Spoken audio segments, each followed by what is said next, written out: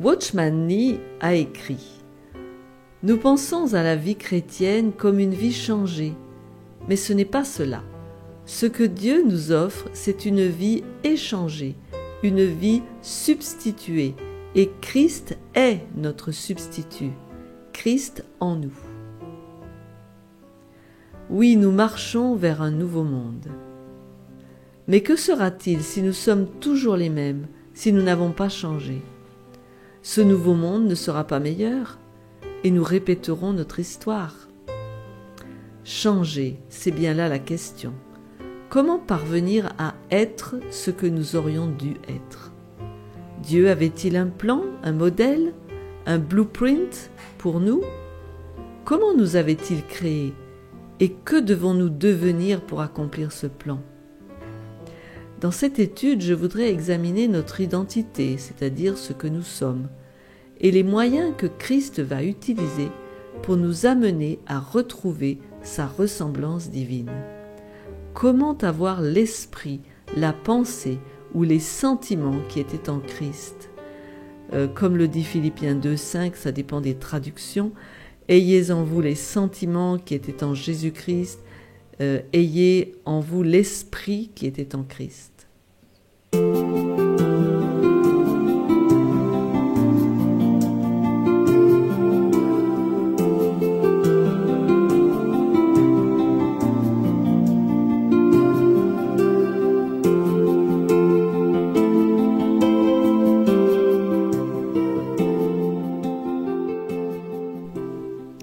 Notre titre, c'est pour un christianisme dynamique, la victoire en Christ.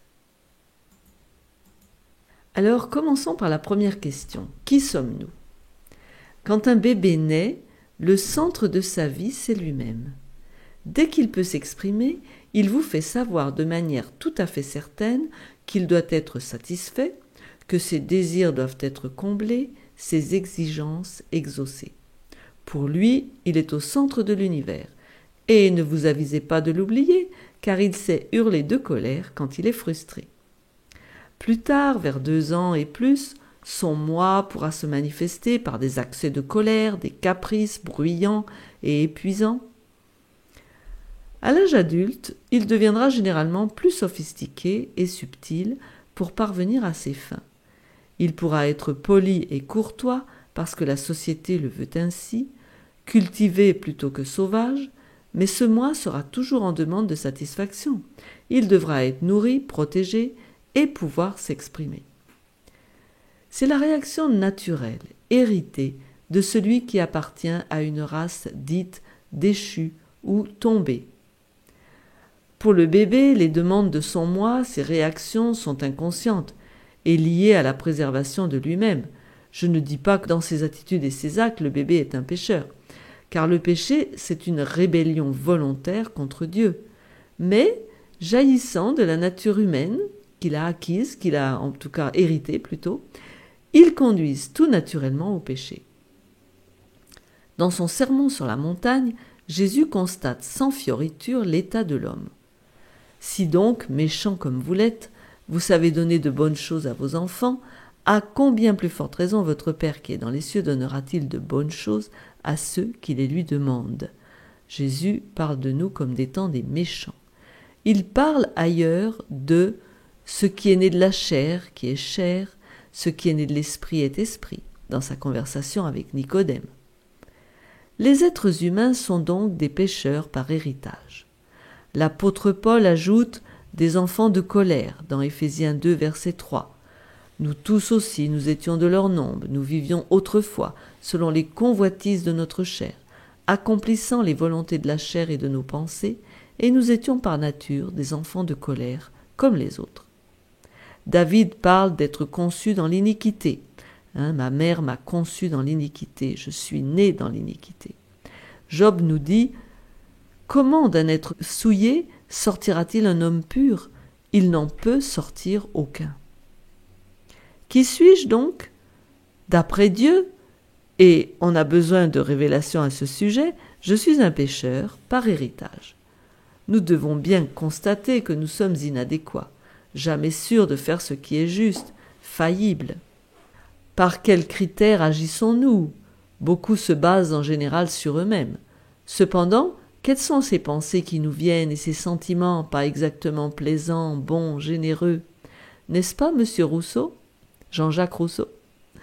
On se fait bien des reproches sur sa vie intérieure. Cet état naturel, notre nature humaine, je vais la représenter par un cœur. Ce cœur, c'est le moi pécheur. Justement, le cœur, c'est le centre de la personne, son âme avec son caractère, ses désirs, ses sentiments, ses motivations, ses impulsions, ses intérêts, ses tendances et ses attitudes. Le moi pécheur, donc, c'est le péché, le mal, l'imperfection, c'est un moi déviant. Il est dit dans Romains 8, verset 7, « Car l'affection de la chair est inimitié contre Dieu. » Alors la chair, c'est la nature inférieure, qui se situe dans le cerveau limbique, où siègent les émotions, les passions, les instincts.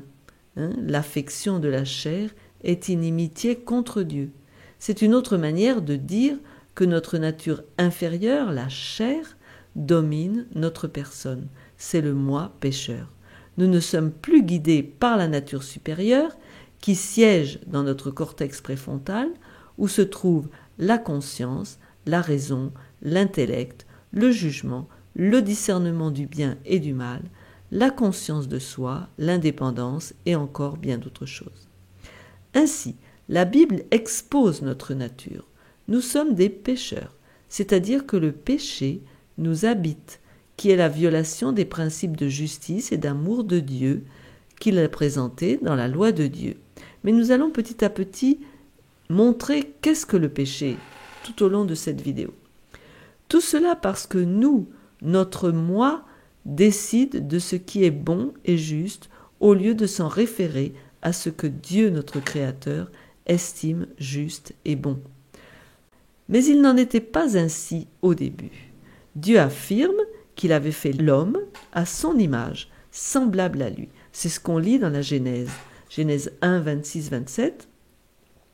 Puis Dieu dit, faisons l'homme à notre image, selon notre ressemblance. Dieu créa l'homme à son image, il le créa à l'image de Dieu, il créa l'homme et la femme. Mais quelque chose de terrible est arrivé, qui a tordu la similarité, parce qu'on a écouté une autre voix, on a décidé autre chose. En Genèse 3, 3 et 4, cette terrible chose est décrite. Quant au fruit de l'arbre qui est au milieu du jardin, Dieu a dit, vous n'en mangerez point et vous n'y toucherez point de peur que vous ne mourriez. Alors le serpent dit à la femme, vous ne mourrez point. Et à la suite de cela, Ève a pris du fruit de l'arbre de la connaissance du bien et du mal, alors que Dieu avait dit de ne pas le faire. Elle a choisi de suivre une autre voie. Et l'humanité est tombée dans une chute tragique. Le péché, son moi est devenu la norme. Cela a entraîné la rupture des relations avec Dieu et la déformation de l'image. Et ce n'est pas une malédiction, c'est une conséquence. Et de Genèse 4 jusqu'à la fin de la Bible, les humains sont regardés comme des porteurs de l'image, dépossédés, oui, dépossédés de leur rang, déchus, tombés, déviés, mutilés. Ce sont des êtres marqués à la fois par la dignité de l'image et par la dépravation de la chute. Dans Job 14, verset 4, il est dit « Comment d'un être souillé sortira-t-il un homme pur? Il n'en peut sortir aucun. » Et voilà le dilemme. Comment Dieu va-t-il accomplir l'impossible pour nous et en nous surtout? Nous sommes tous pécheurs par choix. Oui, nous avons hérité la nature charnelle, mais le péché est un choix. Le choix de suivre notre propre voie au lieu de celle de Dieu. Comme il est dit dans Romains 3, 23, car tous ont péché et sont privés de la gloire de Dieu. Et en Romains 6, 23, car le salaire du péché c'est la mort, mais le don gratuit de Dieu c'est la vie éternelle en Jésus-Christ notre Seigneur. Par nos choix, nous serons exclus du ciel et de la vie éternelle que Dieu a planifiée pour la race humaine. Mais heureusement, Dieu ne nous a pas laissés là. Il a fourni une échappée et il a dit, ça se trouve dans Genèse 3,15, « Je mettrai inimitié entre toi et la femme, entre ta postérité et sa postérité. » Et là, Dieu s'adresse au serpent. La résistance ou le refus du péché dans l'homme vient de sa conscience que Dieu lui-même a placée dans son cœur. En quelque sorte, la conscience, c'est l'accès à ce cœur. C'est la voix de Dieu qui lui parle. Dieu vient débattre nos choix avec nous. Comme il est dit dans Ésaïe 1, verset 18, « Venez et plaidons, dit l'Éternel. Si vos péchés sont comme le cramoisi, ils deviendront blancs comme la neige. S'ils sont rouges comme la pourpre, ils deviendront comme la laine. Bien sûr, si vous acceptez de les confesser et de vous en repentir. » Ainsi, Dieu nous communique ses préoccupations concernant nos péchés et notre indocilité. Que nous soyons chrétiens ou ignorants, Dieu désire nous ramener à lui, car il sait que nous ne pouvons être pleinement heureux tant que nous sommes si inadéquats et si mauvais. Cette conscience doit être éduquée, bien sûr, car elle peut devenir totalement insensible. Quand nous réalisons notre situation désespérée, notre détresse nous pousse à nous tourner vers Dieu, qui ne cesse de nous tendre la main, comme il est dit dans Romains, « J'ai tendu mes mains tout le jour vers un peuple rebelle et contredisant. » Ainsi, par la conscience, Dieu nous fait voir ce qui est mauvais dans notre vie. L'envie, la jalousie, la suralimentation, la malhonnêteté, le mensonge, la critique, l'inimitié, et j'en passe. Reprenons notre illustration, le dessin numéro 2. Toutes ces petites flèches qui se dirigent vers le cœur du moi pécheur, ce sont les moyens que Dieu utilise pour nous atteindre. Et c'est justement cette conscience et toute cette voix qui nous parle. Alors il va nous dire, quand notre conscience commence à nous accuser, nous voulons changer, ce programme télé n'est pas bien, allez, je vais cesser de le regarder. Je dois arrêter d'acheter des choses, je dois conquérir mon mauvais caractère, je dois vaincre mon appétit insatiable et ma colère. Oui, la conscience se réveille. C'est le moyen que Dieu utilise pour nous atteindre et nous rendre conscients du péché. Mais cela ne suffit pas. Combien de fois avons-nous essayé de changer nos mauvaises habitudes, notre vilain caractère ? C'est comme si on était paralysé, bloqué dans un chemin sans issue. Nos habitudes ont tracé des routes profondément marquées dans notre cerveau et elles sont devenues aussi naturelles que respirer. C'est là que l'on réalise qu'on a besoin d'une aide supérieure.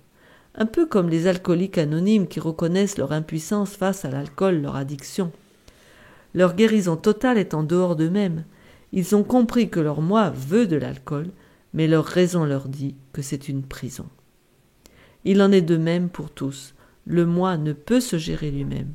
Il doit se soumettre à Dieu qui va mettre de l'inimitié et nous libérer. En fait, Jésus l'a bien compris, car il dit « Jésus ne se fiait point à eux parce qu'il les connaissait tous, et parce qu'il n'avait point besoin qu'on lui rendît témoignage d'aucun homme, car il savait lui-même ce qui était dans l'homme. » En fait, c'est l'apôtre Jean qui le dit. Il savait lui-même ce qui était dans l'homme. Et voici ce qu'il déclare comme remède. « Il faut que vous naissiez de nouveau. » Oui, on a besoin d'une nouvelle naissance, d'un cœur nouveau habité par Dieu. Vous vous rappelez de notre premier dessin, notre moi pécheur, le cœur de chair, avec peut-être parfois qu'un seul péché mignon. Et maintenant, donc, Jésus vient de dire à Nicodème qu'il faut qu'il naisse de nouveau. Alors cette nouvelle naissance, c'est la crucifixion du moi, on est crucifié avec Christ.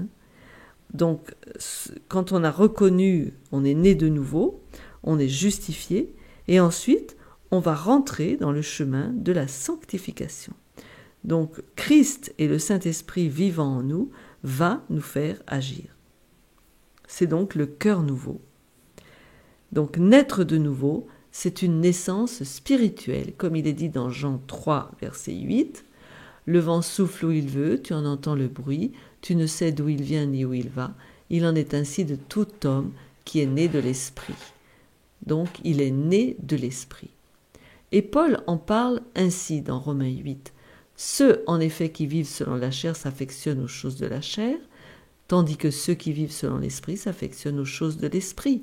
Et l'affection de la chair, c'est la mort, tandis que l'affection de l'Esprit, c'est la vie et la paix.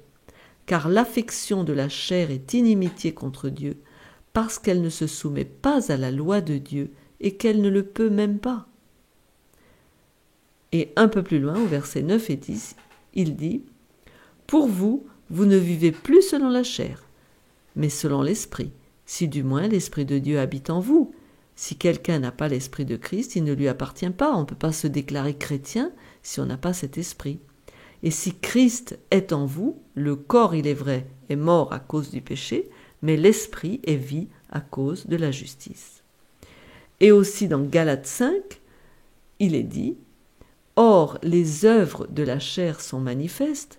Ce sont l'impudicité, l'impureté, la dissolution, l'idolâtrie, la magie, les inimitiés, les querelles, les jalousies, les animosités, les disputes, les divisions, les sectes, l'envie, l'ivrognerie, les excès de table et les choses semblables.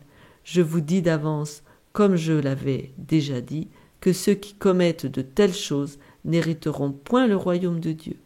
Mais le fruit de l'esprit, c'est l'amour, la joie, la paix, la patience, la bonté, la bénignité, la fidélité, la douceur, la tempérance.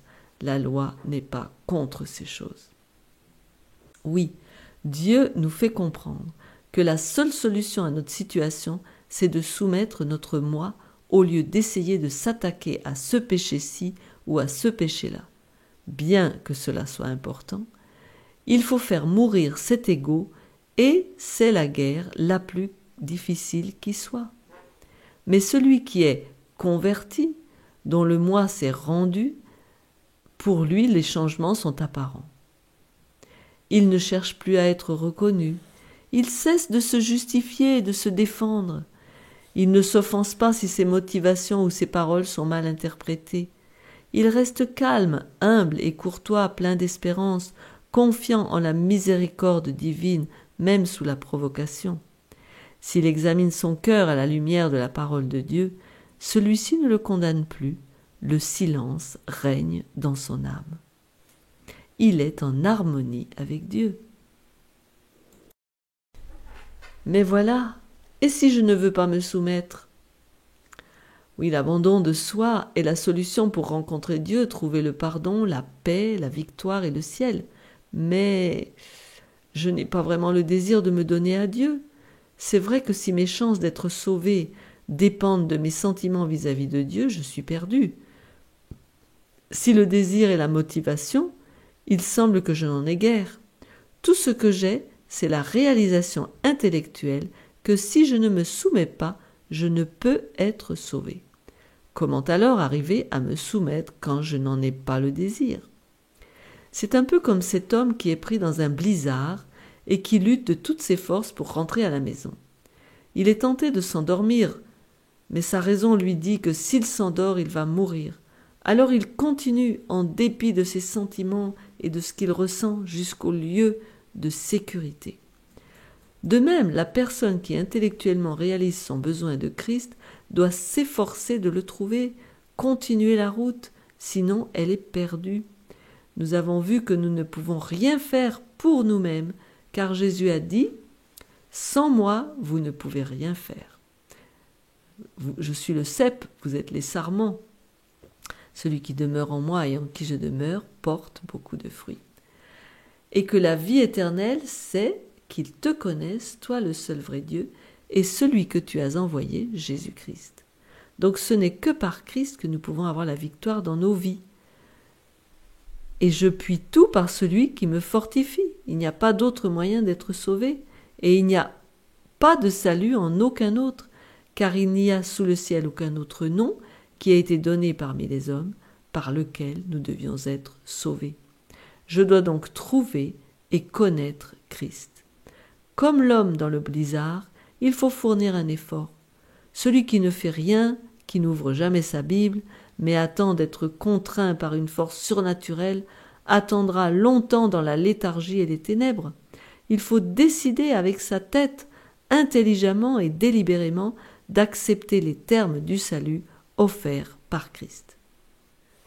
Il nous faut donc chercher le salut. Alors on le cherche dans les Écritures, qui nous rendront sages à salut, comme il est dit dans ces deux textes. Vous sondez les Écritures parce que vous pensez avoir en elles la vie éternelle, ce sont elles qui rendent témoignage de moi, elles rendent témoignage de Jésus. Et ensuite, Paul dit dans Timothée, dès ton enfance, tu connais les saintes lettres qui peuvent te rendre sage à salut par la foi en Jésus-Christ. Oui, la Bible est le canal par lequel on trouve Jésus. Il n'y a pas d'autre moyen. Dieu y parle dans un langage indubitable à notre âme, et il faut la lire personnellement, pas seulement l'écouter du haut de la chair ou dans une vidéo. Cette recherche doit être sincère et profonde. Comme Jérémie le dit, vous me chercherez et vous me trouverez si vous me cherchez de tout votre cœur. C'est Jérémie, mais c'est Dieu qui parle. Là, on rencontre un être divin, venu comme un homme, qui s'est humilié, s'est soumis volontairement à la souffrance et à la mort pour chaque être humain, et il nous demande de faire de même, de lâcher prise, de capituler, de nous humilier sous la puissante main de Dieu, afin qu'il nous élève au temps convenable. Cette lutte rappelle l'histoire du jeune homme riche qui a une question pressante. Comme Jésus se mettait en chemin, un homme accourut, se jetant à genoux devant lui. « Bon maître, lui demanda-t-il, que dois-je faire pour hériter la vie éternelle ?» Jésus lui dit, « Pourquoi m'appelles-tu bon ? Il n'y a de bon que Dieu seul. » Ce qui veut bien dire que Jésus est Dieu. « Tu connais les commandements. Tu ne commettras point d'adultère, tu ne tueras point, tu ne déroberas point, tu ne diras point de faux témoignages, tu ne feras tort à personne, honore ton père et ta mère. » Il lui répondit, « Maître, j'ai observé toutes ces choses dès ma jeunesse. » Il est donc un bon chrétien, mais apparemment, il y a quelque chose qui le sépare de Christ et Jésus va mettre le doigt dessus. Jésus, l'ayant regardé, l'aima et lui dit, « Il te manque une chose, va, vends ce que tu as, donne-le aux pauvres, et tu auras un trésor dans le ciel, puis viens et suis-moi. » Oui, ce qui le sépare de Christ, ce sont ses biens, son argent, son confort. Non pas que l'argent soit en soi un problème, mais l'attachement à celui-ci. Ce jeune homme obéissait avec ses propres forces, mais il n'avait pas renoncé à lui-même. Mais alors, comment parviendra-t-il à la victoire, à l'abandon de ses biens à Dieu ? Son intelligence perçoit, poussée par le Saint-Esprit, que son argent est le problème, et a une forte emprise sur lui. Il comprend qu'il doit se débarrasser de ce péché d'attachement, mais tout de suite ses désirs, ses impulsions réagissent. Il ne veut pas renoncer à ce qui lui procure plaisir, confort et sécurité. Sa raison lui dit que cela constitue une barrière entre lui et Jésus, et s'il ne veut pas, il ne pourra jamais naître de nouveau. Et justement, ce jeune homme s'en alla tout triste, affligé, car il avait de grands biens. Oui, la bataille se résout au niveau de la volonté. Notre volonté est libre, mais faible, limitée, infectée par le péché, comme ce jeune homme, le plaisir, le confort, la sécurité. Cependant, tout dépend du juste emploi de notre volonté. Puisque notre volonté est faible et vacillante, elle a besoin du courant électrique pour l'énergiser, et c'est le Saint-Esprit. Quand la volonté de l'homme coopère avec la volonté de Dieu, elle devient omnipotente. Vous voyez, l'expulsion du péché, c'est l'acte de l'âme elle-même. Quand nous désirons vraiment être libérés et que nous crions pour la délivrance, alors le pouvoir vient dynamiser la volonté. Il faut le vouloir vraiment et sans réserve. Si nous n'avons pas ce désir profond, la grâce de Christ ne pourra agir pour nous transformer. Car Christ ne nous force pas. Quand on a pris cette décision, l'âme a trouvé la réponse à la question « Comment je me soumets à Dieu ?» Alors on est là, à la victoire. Parce que tout ce qui est né de Dieu triomphe du monde, et la victoire qui triomphe du monde, c'est notre foi. Oui, la victoire, c'est notre foi. C'est croire Dieu complètement. Être dans une attente confiante qu'il accomplira ses promesses. Et c'est aussi une ouverture confiante du cœur et des mains pour recevoir ce qu'il donne, comme pour le jeune homme, croire que Dieu allait prendre soin de lui même s'il donnait son argent. La foi rend possible, donne la permission à Dieu de faire ce qu'il veut faire en nous. Oui, dans le domaine de la victoire, nous croyons que nous avons un Sauveur vivant qui peut nous aider à vaincre tout péché, à faire face à toute urgence, à accomplir toute tâche qu'il met devant nous et à nous tenir debout à la fin, victorieux devant son trône. Cette confiance se développe de jour en jour par l'étude de la parole de Dieu qui nous fait connaître les principes de Dieu et sa volonté. On y adhère ainsi intellectuellement d'abord, et ceci nous prépare à vouloir. Peu à peu, ce que l'on n'aimait pas devient bon et agréable, on arrive à haïr le mal et notre péché. Enfin, Dieu a mis inimitié contre ces choses. Écoutez ceci. J'ai été crucifié avec Christ, et si je vis, ce n'est plus moi qui vis, c'est Christ qui vit en moi. Si je vis maintenant dans la chair, je vis dans la foi au Fils de Dieu qui m'a aimé et qui s'est livré lui-même pour moi.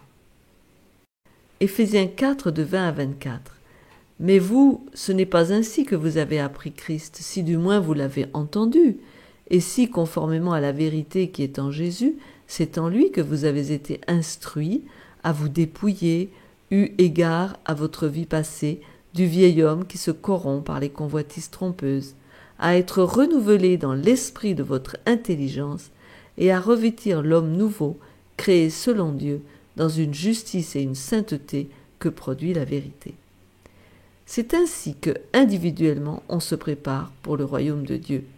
L'âge d'or, la nouvelle société que les hommes essaient de construire sans Dieu, où la justice habitera, est une illusion tant qu'ils resteront égoïstes.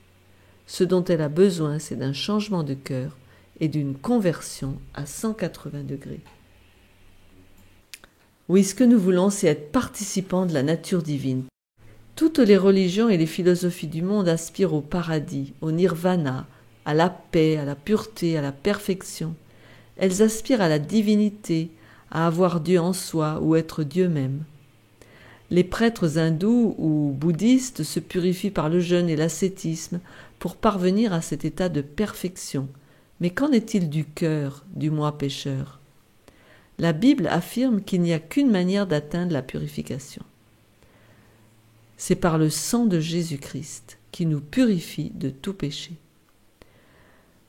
Il est dit dans Hébreux 9, 14, pour compléter, « Combien plus le sang de Christ, qui, par un esprit éternel, s'est offert lui-même sans tache à Dieu, purifiera-t-il votre conscience des œuvres mortes, afin que vous serviez le Dieu vivant ?»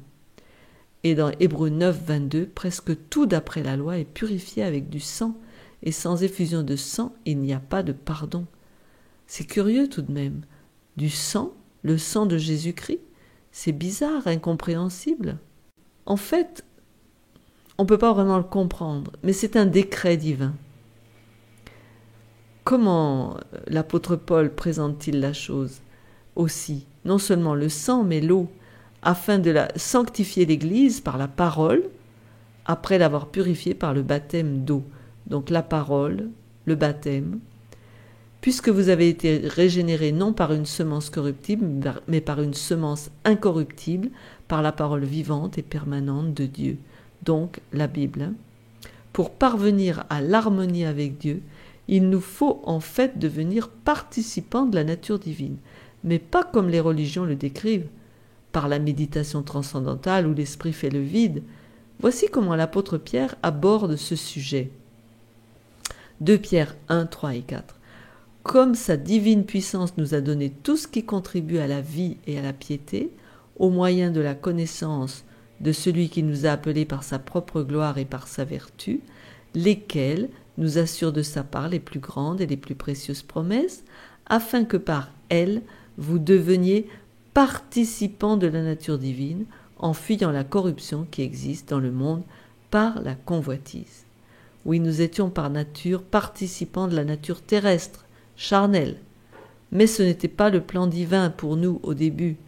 Le dessein de Dieu est d'enlever cette nature terrestre et de nous rendre participants de sa nature divine. C'est une opération surnaturelle que Dieu opère pour ceux qui le veulent, pour ceux qui meurent à eux-mêmes. Notre rôle est d'y collaborer, car Dieu ne fait rien sans notre consentement volontaire.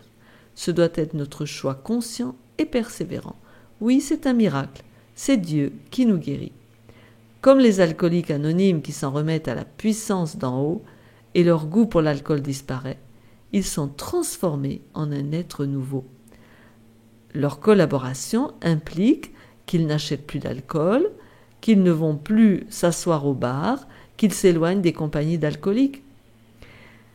Il y a donc une adhésion intellectuelle et un engagement pratique pour la victoire, parce que notre nature charnelle se rebelle naturellement contre les lois de Dieu.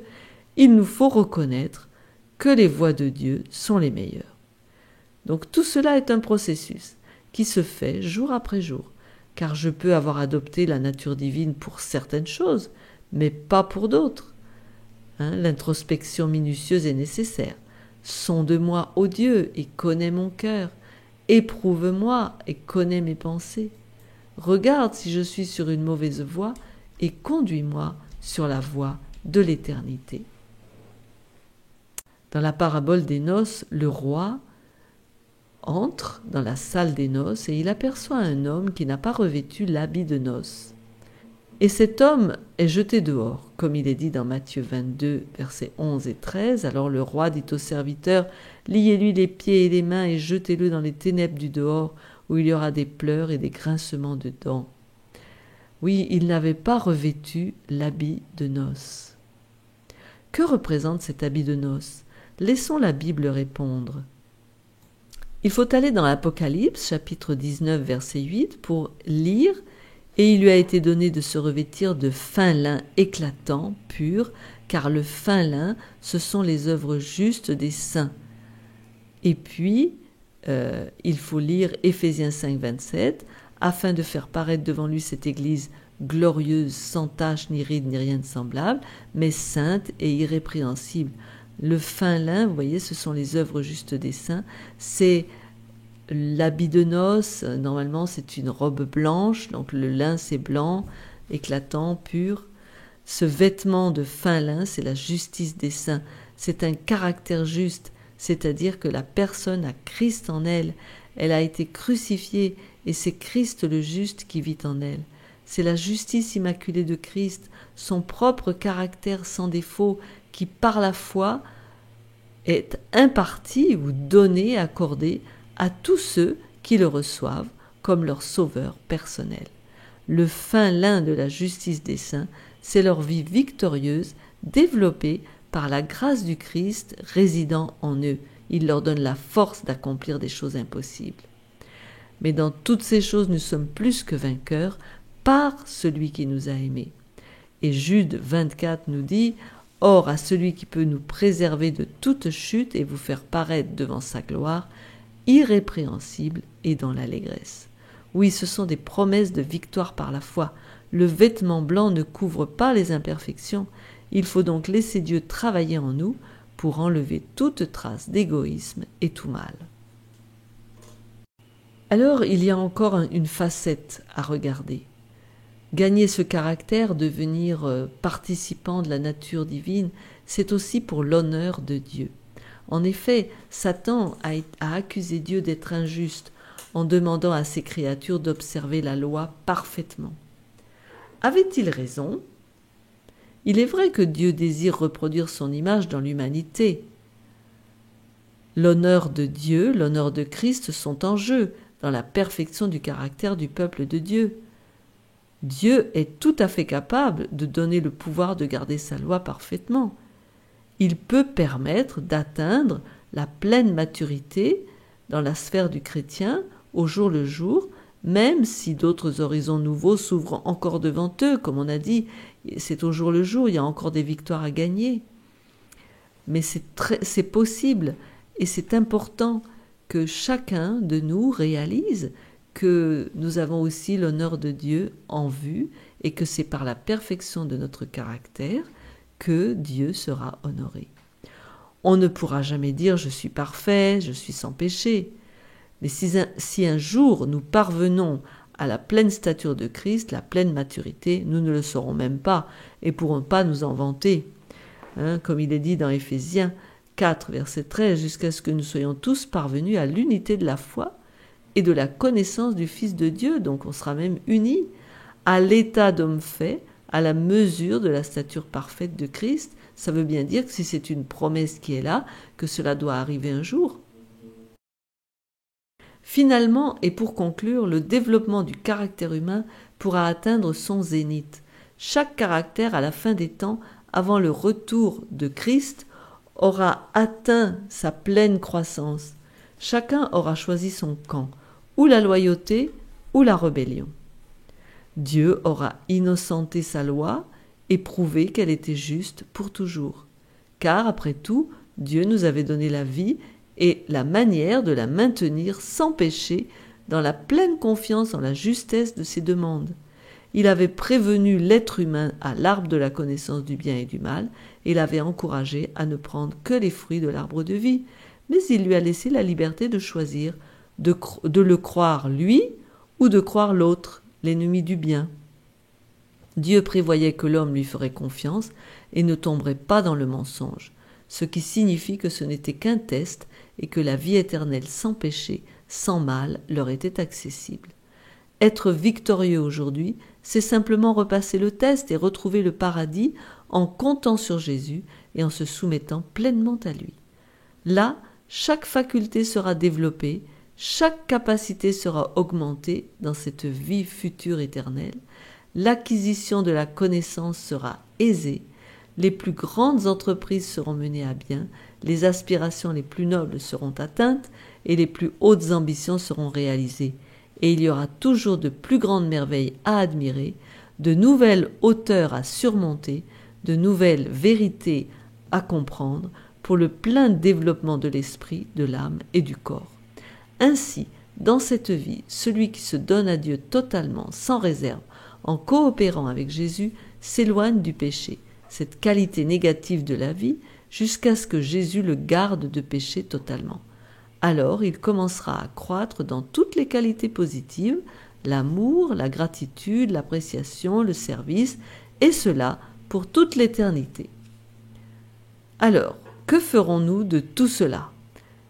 Certainement, la route de l'histoire touche à sa fin. Nous ne devons pas nous attarder pour atteindre les portes du salut et de l'éternité avant qu'elles ne se ferment. Pressons le pas, ne nous relâchons pas quand nous sommes si près du but. Ne permettons pas à notre enthousiasme de s'éteindre.